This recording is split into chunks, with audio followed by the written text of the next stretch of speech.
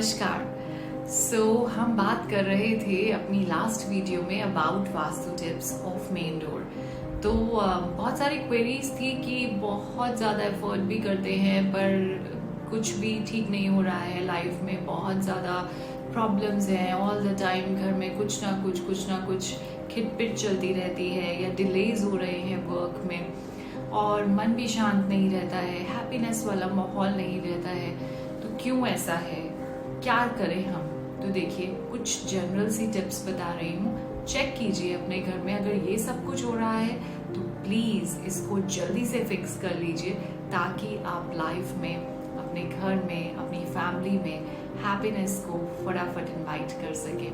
Okay, so first thing, कुछ लोगों की क्वेरी थी कि जो कबूतर है, हम तो उसको लक्ष्मी जी का पक्षी मानते हैं और लक्ष्मी जी से रिलेट करते हैं, तो क्यों हम बोलते हैं कि कबूतर जो है वो अनलकी है, घर में वो आना ठीक नहीं है।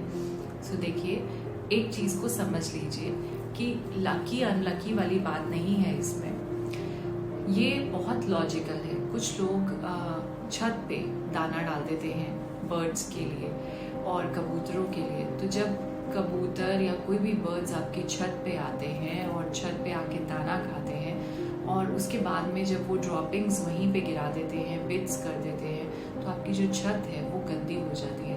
और छत को एस्ट्रोलॉजी में, ज्योतिष के अकॉर्डिंग राहु का प्रतीक, राहु से रिलेट किया गया है और उससे हमारी जो राहु है वो नेगेटिव वे में एक्टिवेट हो जाता है। तो इसीलिए वहाँ पे फिर चीज़ें डिले होनी शुरू हो जाती हैं, कामों में जो भी आप काम कर रहे हैं उसमें ऑब्स्टेकल्स आने शुरू हो जाते हैं, ये सारी चीज़ें आप फेस करना शुरू कर देते हैं। तो इसीलिए छत पे हम कभी भी दाना ना डालें। दाना ज़रूर डालें बर्ड्स को, बट किसी खुली जगह पे जाके, आसपास में कोई पार्क है या कोई फुटपाथ है जहाँ पे लोग दाना डालते हैं, वहाँ जाके आप डालिए बर्ड्स को, वहाँ पे पानी भी देकर आइए उनको।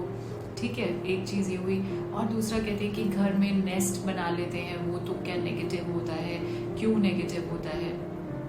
देखिए, इसमें क्या है कि जो यही बात है, जो कबूतर हैं वो बहुत ज़्यादा उनका इंटेक होता है खाने पीने का, और वो जब खाते हैं और वहीं पे ही, वही जैसे मैंने आपको बताया, ड्रॉपिंग्स वहीं पे, बिट्स वहीं पे, और जो भी डिसीज़ उनके विंग्स से या उनके ड्रॉपिंग्स की वजह से होती हैं वो बहुत ही ज़्यादा क्रॉनिकल होती हैं। इसकी वजह से घर के सभी लोगों की हेल्थ अच्छी रहे, उसकी वजह से बोला जाता है कि जो पिजन्स हैं उनको आप घर में नेस्ट मत बनाने दें। अदरवाइज इसके साथ में कोई लकी या अनलकी वाला कोई रीज़न मुझे अभी तक नहीं पता है।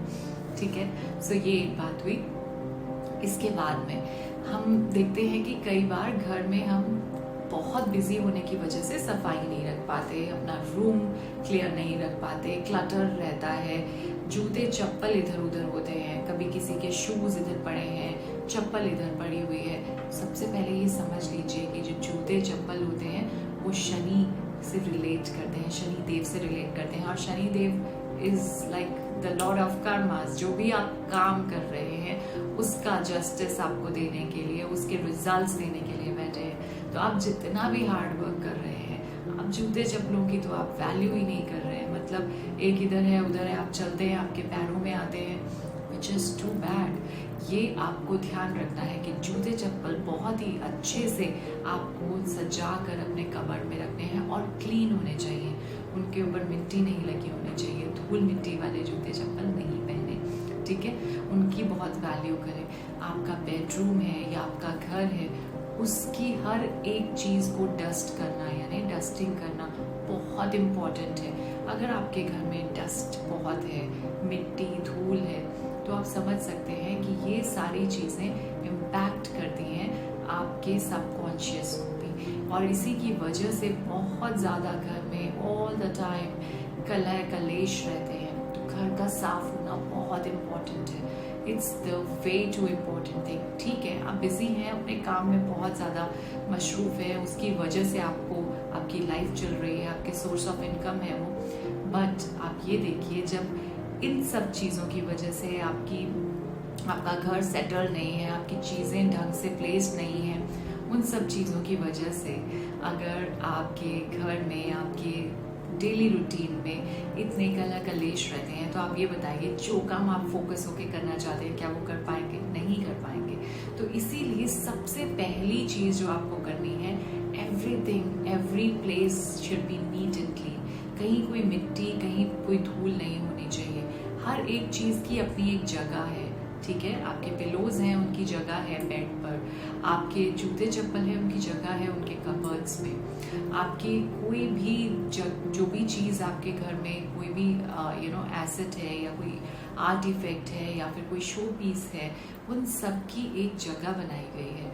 लेकिन अगर वो अपनी जगह पर नहीं है, वो इधर उधर कहीं भी फैले हुए हैं और आप सोचते हैं कि मैं बहुत बिजी हूँ लेकिन इट्स ओके, ये ठीक है, देख लिया जाएगा, पहले काम कर लेते हैं, कमा लेते हैं, उसके बाद इसको कर लेंगे, तो आप गलत हैं।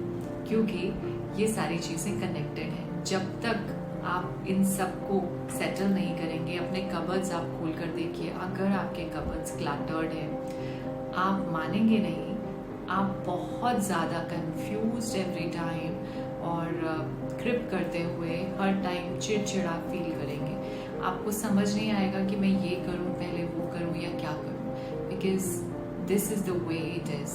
आपकी कबर्ड ऑर्गेनाइज नहीं है, आपका रूम ऑर्गेनाइज नहीं है, आपके घर को देखें तो वो भी ऑर्गेनाइज्ड नहीं है। That means your life is not organised. If your life is not organised, how can you think कि आप खुश रह सकते हैं?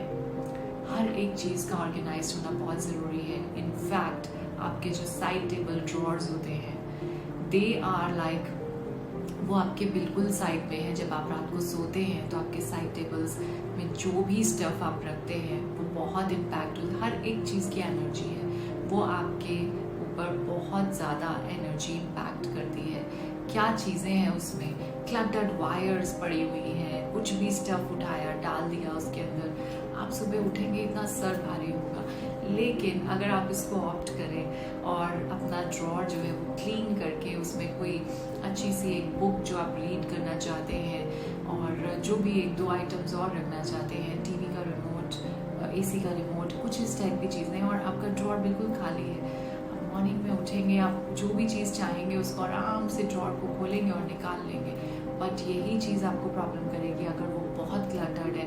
आपको जो भी चीज़ वहाँ से चाहिए आपको बहुत मेहनत करनी पड़ेगी और फिर वो निकलेगी। आपका कबर्ड अगर क्लटर्ड है, ऑर्गेनाइज नहीं है, आपको कुछ भी चाहिए पहनने के लिए, आपको बहुत मेहनत करनी पड़ेगी। That means life is not organized. इन सब छोटी छोटी चीज़ों से आपको पता चलता है।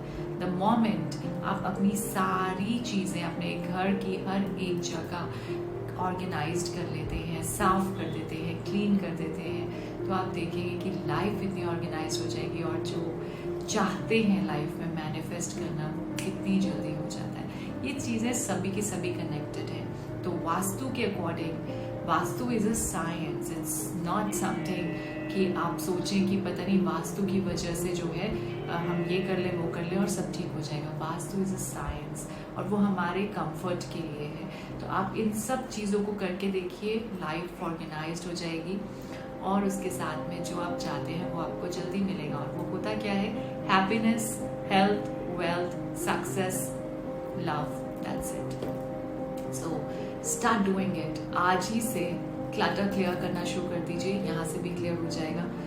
Things organised, life organised, mind organised, that's it. So just start doing it and let us know if you get any kind of benefit out of it. Thank you so much. Have a very great